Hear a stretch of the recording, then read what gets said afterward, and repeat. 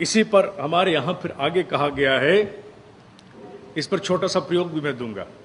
हमारे यहां कहा गया है कि अगर जप की शक्ति के साथ ध्यान की सामर्थ्य को छोड़ दिया जाए तो कमाल हो जाता है। वो कैसे?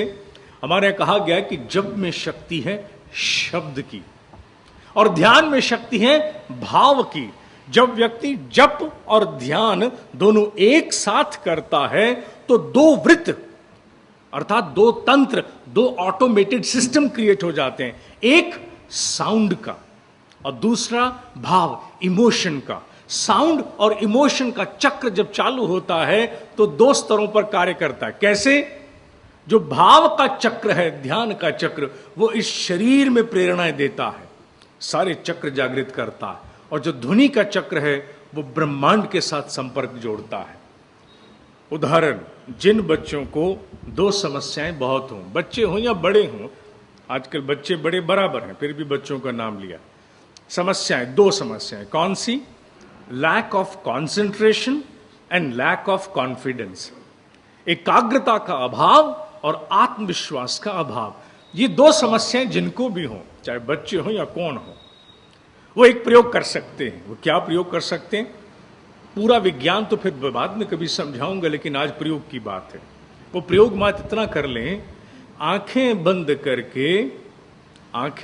करके और भ्रिकुटी मध्य में जहां आज्ञा चक्र है वहां पर ध्यान लगा करके, अर्थात आज्ञा चक्र में उगते हुए सूर्य का ध्यान, ध्यान माने कल्पना से, इमेजिनेशन से लाना है। यहां सूर्य नहीं है लेकिन कल्पना से लाना है, इमेजिनेशन से आज्ञा चक्र में सूर्य का दर्शन करें और साथ ही साथ गायत्री महामंत्र को बोलते जाएं। ये क्या हो गया? गायत्री महामंत्र का मतलब शब्द का वृत्त पैदा कर दिया और यहां पर ध्यान केंद्रित कर सूर्य के दर्शन करने का अभाव है, भाव का वृत्त पैदा कर दिया, अर्थात जप और ध्यान दोनों एक साथ। क्या होगा? 20 दिन के बाद वो बच्चा अपने आप में अनुभव देख सकता है। आई कैन बेट, अगर बच्चा इसे पूरी ईमानदारी से 5-7 मिनट भी दिन में कर गया तो उसकी एकाग्रता का विकास होगा। एकाग्रता क्यों होगी? इसलिए क्योंकि उसने आज्ञा चक्र में अपने आप को केंद्रित रखा है और आत्मविश्वास बढ़ेगा। क्यों? क्योंकि गायत्री के जप के द्वारा जो जप हो रहा है, इतनी ऊर्जा पैदा होती है जो भीतर आत्मविश्वास से भरती है। जप और ध्यान दोनों साथ साथ जरूरी हैं। क्यों? जैसे जनरेटर, और जनरेटर के साथ हम उसके उपयोग करने के यंत्र, the moment you generate electricity you must channelise it for some output. बिजली पैदा की लेकिन बस करते चले गए तो क्या होगा? कुछ नहीं होगा। बिजली पैदा हुई, बस हो गई, ट्रांसमिशन, पता नहीं ट्रांसमिशन लॉस में गई कि नहीं गई, पैदा करके करना क्या? प्रयोग करना जरूरी है। इसलिए जप के साथ ध्यान जोड़ने से विद्युत पैदा होती है और होते ही साथ में प्रयोग हो जाती है। नाना प्रकार के बहुत बड़े बड़े आध्यात्मिक प्रयोग शब्द और ध्यान दोनों के संगम से किए जाते हैं। एक और लाभ जो जप के द्वारा बहुत बड़ा है वो है आयु वृद्धि का लाभ।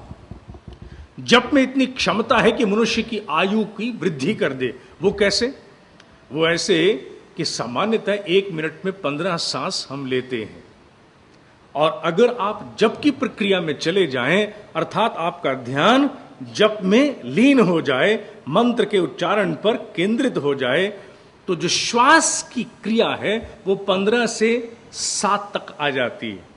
हमारे यहां तो कहा जाता है कि 1 घंटे का जप करने से आप प्रतिदिन यू आर अर्निंग और सेविंग 500 एडिशनल ब्रेथ, 500 श्वास प्रतिदिन आप कमाते हैं अगर रोज 1 घंटा जप होता है तो। अब मल्टीप्लाई कर लीजिए 500 into 1 मंथ, लगभग 30-40 दिनों में आपने 1 दिन कमा लिया। और अगर आपने पूरा साल किया तो यू कैन कैलकुलेट कितने दिन आयु के और वृद्धि को प्राप्त हो गए। क्यों? क्योंकि सब कुछ श्वास पर आधारित है। श्वास की संख्या बढ़ाते हैं आप, आयु बढ़ती है।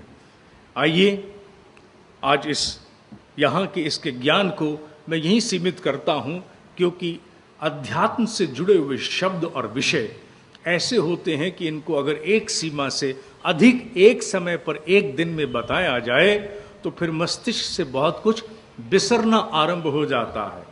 इसलिए ज्ञान को अति सहज सरल रखते हुए हम इतना जान लें कि जप शब्द की शक्ति पर आधारित है और अव्यक्त शब्द की शक्ति पर आधारित है। वो अव्यक्त जिसमें क्षमता है पत्थर को तोड़ने की, वो अव्यक्त जिसमें क्षमता है भीतर के चित्र प्राप्त करने की, उतने बड़े अव्यक्त शब्द की सामर्थ्य को जप के द्वारा हम लोग प्रेरित करते हैं, जागृत करते हैं। और सबसे पहला प्रभाव जप का किस पर होता है? जप करने वाले पर। जप करने वाले के भीतर अनेकों प्रकार के परिवर्तन होना शुरू हो जाते हैं। उनका विवरण देने की आज यहाँ आवश्यकता नहीं, आधारशिला के लेख के माध्यम से हम उस पर कुछ प्रकाश अवश्य डालने की कोशिश करेंगे, क्योंकि बहुत ज़्यादा अगर चीज़ों को पेचीदा करें तो फिर सहज मानस समझ नहीं पाता। जप के कितने प्रकार हैं? अनेकों प्रकार हैं, कम नहीं है, थोड़े नहीं है, बहुत प्रकार है।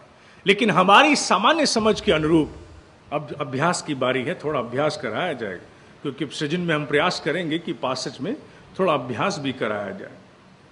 जप में हालांकि अनेकों प्रकार हैं, लेकिन मनुस्मृति के अनुरूप और सामान्य समझ के अनुरूप जो समझे जा सकते हैं वो प्रकार हैं। सबसे पहले तो वाचक, अर्थात किसी ने बोला ओम भूर्भुवः स्वः तत्सवितुर्वरेण्यं भर्गो देवस्य धीमहि धियो यो न प्रचोदयात्। मैंने बोला, आपने सुना, वाचक।